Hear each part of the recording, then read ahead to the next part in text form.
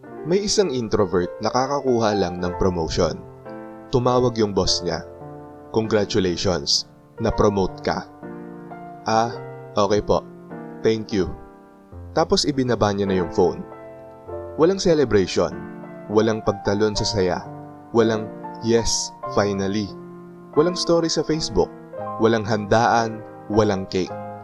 At ang pinaka-weird, kinabukasan pumasok siya sa trabaho na parang walang nangyari. Pero habang naglalakad siya papunta sa office, may isang bagay siyang iniisip. Okay lang ba na masaya ako kahit hindi ko ipakita?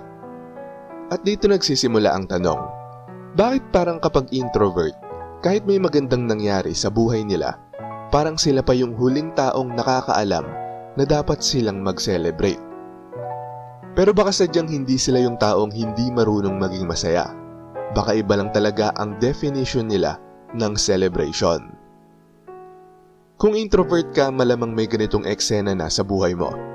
May achievement ka, nakapasa ka, nakuha mo yung trabaho, may pera ka nang naipon, may magandang nangyari sa relationship mo, natapos mo yung isang bagay na ilang buwan mo nang pinaghihirapan, tapos may magsasabing, uy, mag-celebrate naman tayo. At ang unang reaksyon ng isip mo, kailangan ba talaga yon? Hindi dahil ayaw mong maging masaya, hindi dahil bitter ka, hindi dahil wala kang pakialam. Minsan ang totoo, hindi mo lang alam kung paano maging center of attention habang nagsiselebrate. Kasi para sa maraming introvert, may kakaibang pressure na kasama ang celebration. Kapag nag-celebrate ka, may mga taong titingin sa'yo. May mga magtatanong, anong nararamdaman mo? Anong plano mo ngayon? Anong next goal mo? Mag-party tayo. At suddenly, yung bagay na dapat masaya, nagiging social assignment. At doon pumapasok yung malaking misunderstanding. Akala ng ibang tao, hindi ka excited. Pero baka ang tunay mong gustong iparating ay, excited ako, ayoko lang ng audience. Kaya ngayon sa video na to pag-uusapan natin ang ilang dahilan kung bakit bihira mong makita ang isang introvert na nagsiselebrate ng bongga. Pero habang tumatagal tayo, mapapansin mong hindi lang pala talaga tungkol sa pagiging tahimik ang lahat. May mas malalim pang dahilan. At baka yung pinaka-importanting punto ang magpabago sa tingin mo sa sarili mong mga celebrations.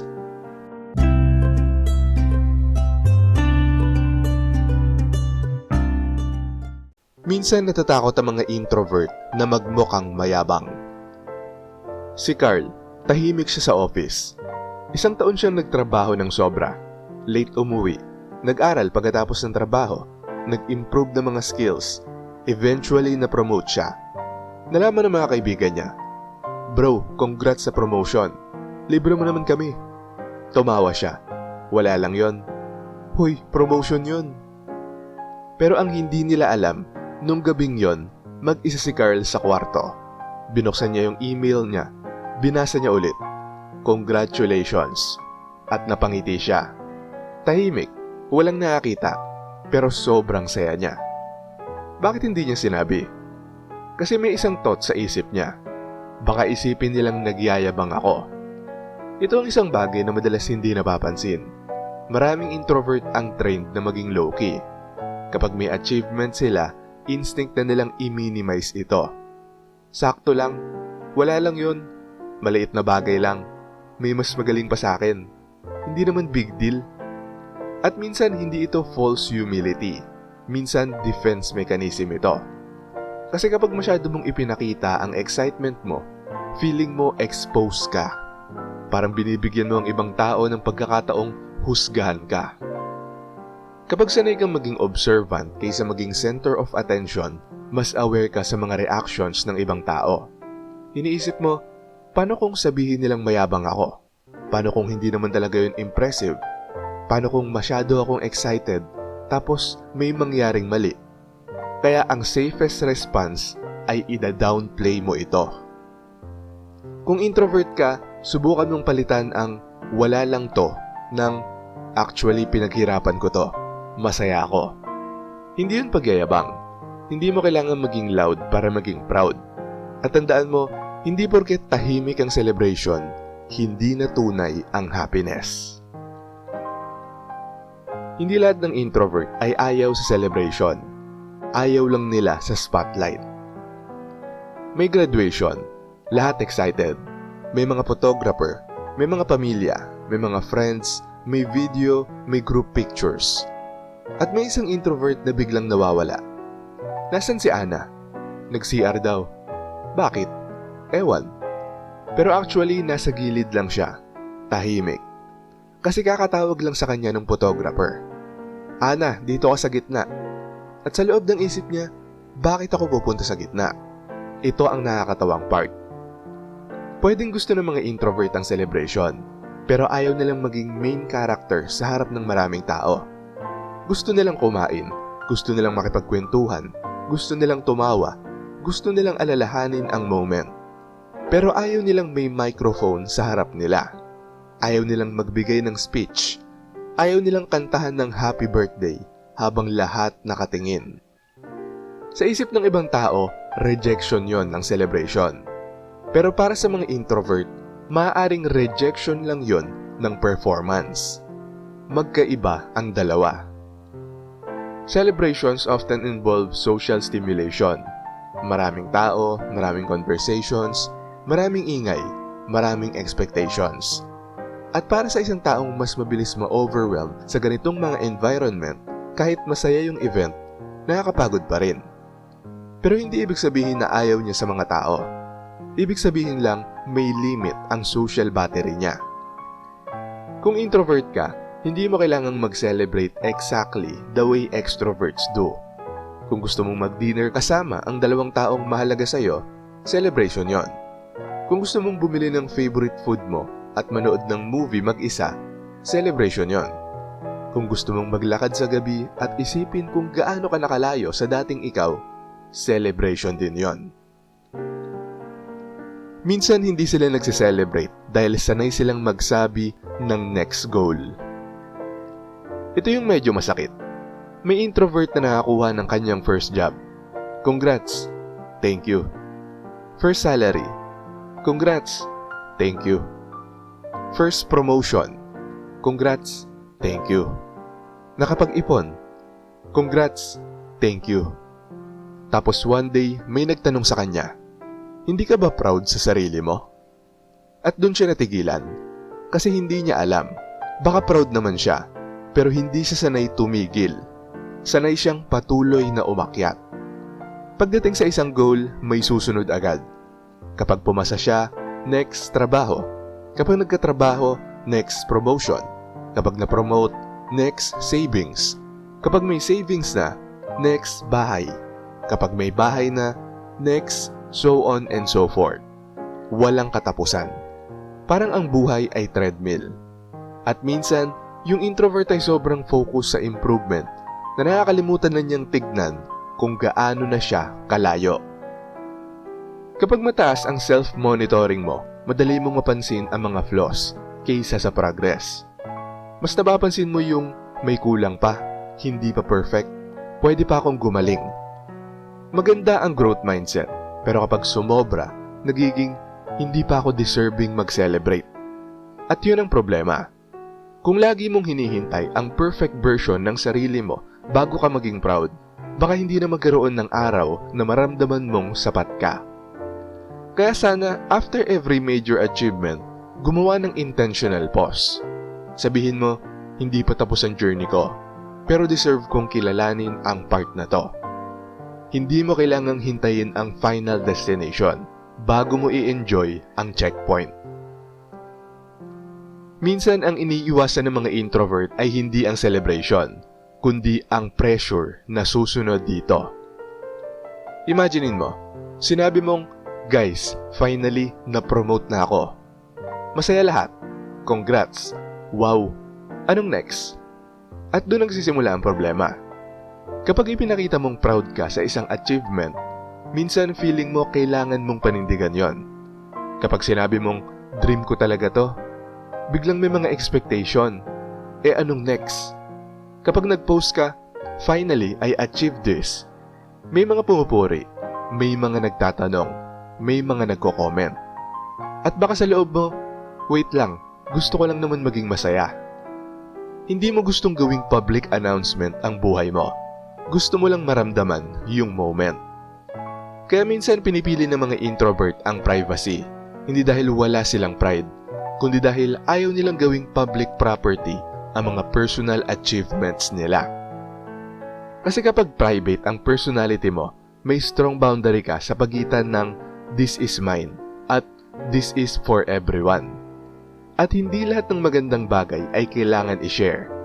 May happiness na mas nagiging meaningful kapag hindi mo kailangang i-explain kahit kanino. Hindi lahat ng achievement kailangan ng announcement. Hindi mo kailangan mag-post, hindi mo kailangan magpa-party, hindi mo kailangang magpaliwanag. Minsan sapat nang sabihin mo sa sarili mong, I know what this means to me. At honestly, napakalaking freedom nun. Ang celebration ng mga introvert ay madalas hindi mukhang celebration sa paningin ng ibang tao. Ito yung eksenang madaling ma-misinterpret. May introvert na may birthday. Nagaya yung mga kaibigan niya. Tara, party tayo. Pas ako. Dinner na lang kaya? Pwede. Bar? Hindi. Movie? Okay. Dalawa lang tayo? Perfect. At sasabihin ng kaibigan, ang boring mo naman. Pero baka hindi yun boring. Baka specific lang talaga yung gusto niya. May introvert na ang perfect celebration ay pagkain ng kanyang favorite meal, panunood ng kanyang favorite movie, pagsama sa kanyang favorite person. Walang malaking crowd, walang forced conversation, at walang picture muna tayo lahat. At kapag natapos ang gabi, contented siya, hindi exhausted, hindi overwhelmed, hindi nagre-replay sa isip niya ang mga bawat conversation. Introverts often enjoy depth over volume. Hindi ibig sabihin na lahat ng mga introvert ay ganito, pero maraming introvert ang mas satisfied sa meaningful interaction kaysa sa maraming surface level interactions. Kaya ang celebration nila ay maaaring maliit, pero emotionally rich. Hindi nila kailangan ng 100 tao para maramdaman na mahalaga ang moment. Minsan, kailangan lang nila ng isang taong magsasabing, proud ako sa'yo. At sapat na yon. Kaya wag mong sukatin ang saya base sa laki ng celebration. May mga taong masayang sumisigaw sa concert. At may mga tao namang masayang tahimik na nakaupo sa balcony habang iniisip ang buhay. Parehong celebration. Parehong valid. Ang mga introvert ay minsan mas sanay magbigay ng compliment kaysa tumanggap nito. Ang galing mo? Ah, hindi naman. Ang ganda ng ginawa mo. Madali lang yon. Proud kami sa'yo. Okay. Napansin mo, kapag introvert ang kausap mo, minsan parang may automatic system. Compliment receive, deflect immediately. Bakit? Kasi ang mga papuri ay attention. At attention means vulnerability. Kapag sinabi mong, thank you, proud din ako sa sarili ko. Parang inamin mong, yes, this matters to me. At para sa isang taong hindi sanay maging emotionally exposed, malaking bagay yon. Kaya mas madaling sabihin, wala to, tsamba lang, marami namang mas magaling. Pero habang tumatagal, may consequence to. Kapag lagi mong dinideny ang mga compliments, unti-unti mong tinuturuan ang sarili mo na huwag kilalanin ang sarili mong worth. Self-protection. Kung hindi mo masyadong inaangkin ng achievement, mas kaunti ang chance na ma-disappoint ka kapag may pumuna. Kaya kung may magsabing hindi maganda, okay lang. Pero kung sasabihin mong pinaghirapan ko ito at proud ako, mas vulnerable ka sa mga judgments. Next time na may mag-congratulate sa'yo, huwag mong i-deflect. Sabihin mo lang, thank you, masaya talaga ako dito. Tapos stop. Hindi mo kailangan mag-explain. Hindi mo kailangan i-minimize. Practice receiving your own happiness. Minsan sobrang laki ng nararamdaman nila, kaya mas pinipili nilang manahimik. Ito ang hindi natin madalas pag-usapan. May mga introvert na kapag sobrang saya nila, tumatahimik. Hindi dahil wala silang nararamdaman, kundi dahil marami silang nararamdaman. Halimbawa, matagal ng OFW yung nanay niya. Ilang taon silang hindi nagkasama. Tapos finally, nakauwi siya. Nagkita sila sa airport. Hindi nagtatalon yung anak. Hindi sumigaw, hindi nag-video. Lumapit lang. Yumakap at umiyak. Tahimik. Kung may taong nanunood, baka sabihin, bakit parang hindi siya excited? Pero hindi mo alam kung gaano kalalim ang moment na yon. Minsan, ang pinaka-intense na mga emotions ay hindi loud. May happiness na parang sobrang bigat para gawing performance, kaya nagiging tahimik. People process emotions differently. May taong external processor. Kailangan magsalita, tumawa, mag-share. May tao namang internal processor. Kailangan mo nang maramdaman, intindihin, at i-process ng mag-isa. Kaya kung tahimik ang isang introvert sa isang magandang moment, huwag agad i-assume na wala siyang nararamdaman. Baka kabaliktaran. Kapag may introvert kang mahalaga sa buhay mo at tahimik siya sa isang malaking moment, huwag agad sabihin, hindi ka man lang excited. Instead, sabihin, alam kong malaking bagay to para sa'yo. Napakalaking difference nun. Dahil minsan, ang kailangan ng isang introvert ay hindi pressure na magpakita ng emotion, kundi permission na maramdaman ito sa sarili niyang paraan. Pero wait, at dito, baka iniisip mo, so ibig sabihin okay lang na hindi ako mag-celebrate? Hindi. Ito ang importanteng distinction. Hindi natin sinasabing dapat pilitin ng introvert ang sarili nilang maging extrovert. Pero may danger din sa sobrang pagiging low-key. Dahil minsan, hindi na simpleng personality ang dahilan. Minsan, naging habit na ang hindi pag-recognize sa sarili. At doon nagiging interesting ang story. Kasi baka ang tunay na tanong ay hindi, bakit ayaw mag-celebrate ng mga introvert? Baka ang tanong talaga ay, bakit nahihirapan silang maniwala na deserve nilang maging masaya?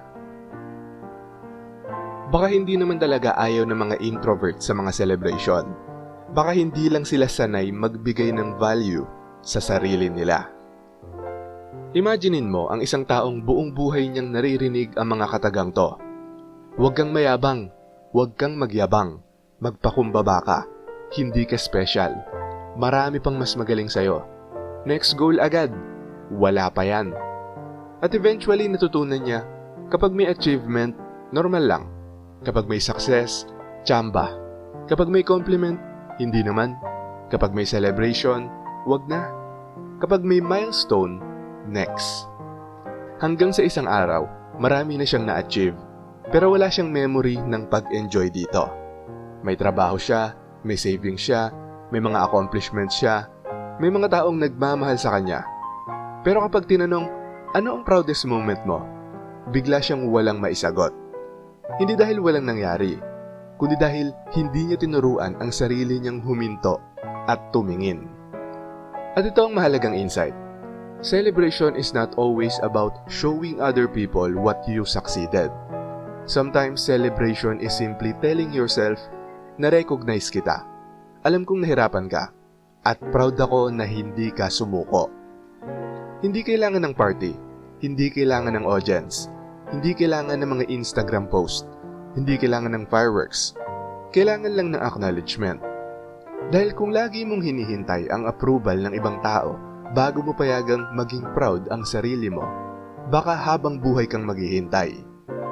At dito nagiging beautiful ang mga quiet celebrations. Pwedeng mag-isa ka, umorder ka ng favorite food mo, umupo ka, tumingin ka sa paligid, at sabihin mo, grabe, kinaya ko yon. Simple, pero powerful. Kasi sa unang pagkakataon, hindi mo na kailangang patunayan sa mundo na successful ka. Ikaw mismo ang witness. At baka yon ang klase ng celebration na matagal mo nang kailangan. Hindi louder, hindi bigger, deeper. Kaya bakit nga ba bihira mong makita ang isang introvert na mag-celebrate? Baka dahil hindi sila sanay gumawa ng ingay. Baka ayaw nila ng spotlight. Baka ayaw nilang magmukhang mayabang. Baka ayaw nila ng mga expectations. Baka mas gusto nila ng mga intimate moments. Baka hindi sila komportable tumanggap ng mga compliments. At minsan, baka sobrang dami nilang nararamdaman, kaya tahimik sila. Pero tandaan mo ito, ang pagiging tahimik ay hindi nangangahulugan na walang celebration sa loob. May mga taong sumisigaw kapag masaya, may mga taong umiiyak, may mga taong tumatawa ng malakas, at may mga taong uuwi, magsasara ng pinto, uupo sa kama, mapapangiti ng kaunti, at sasabihin sa sarili, ayos, nagtagumpay ako. At alam mo, celebration pa rin yon. Pero kung ikaw yung introvert na laging nagsasabing, next na, wala lang, hindi naman big deal, may mas magaling pa. Siguro ngayon subukan mong huminto kahit sandali, hindi para ipakita sa ibang tao, pero para sa sarili mo. Tignan mo kung nasan ka na ngayon, kumpara sa kung nasan ka dati. Yung bagay na dating kinatatakutan mo, baka nalagpasan mo na.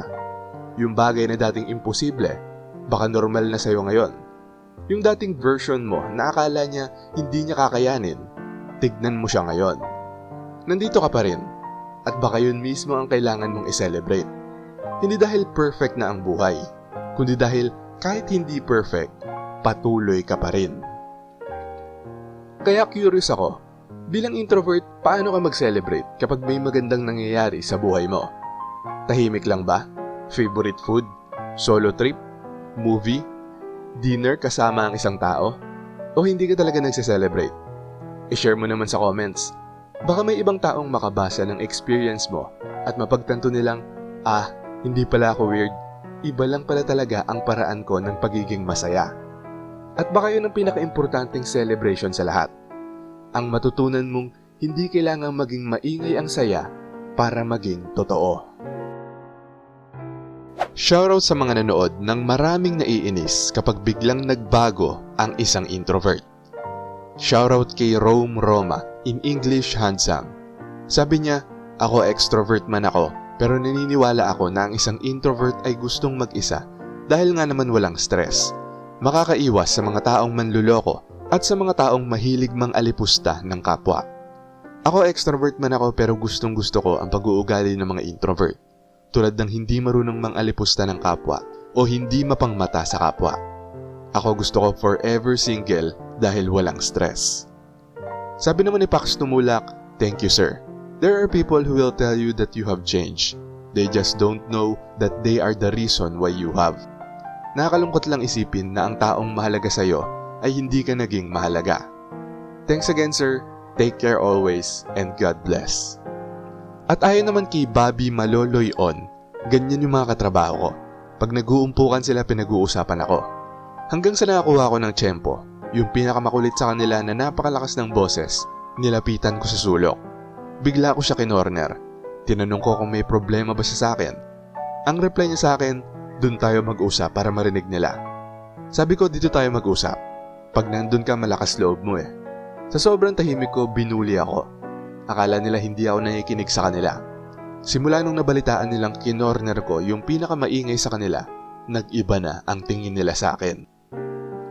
At shoutout din kay Marilyn Obra, Marie Delight Worker, Fermin Olitan, Annalyn Granada, Gretchen Marie Kayanan, ako si Juliet, The Idol, Gloria Bag-O, Ramlat, Aaron Noel Montiel, Cathy, Jola Short Video, Glenn Adversario, Mario Alipit, Cairo Den Adi, Delmori 23, at kay Mark Anthony Arsenas. Maraming salamat po sa panunood. Kung gusto niyo ding ma-shoutout, mabati o mabasa ang comment nyo, mag-comment lang sa latest video rito sa channel na to at pipili kami doon ng mga isi-shoutout at babasahin para sa susunod na upload.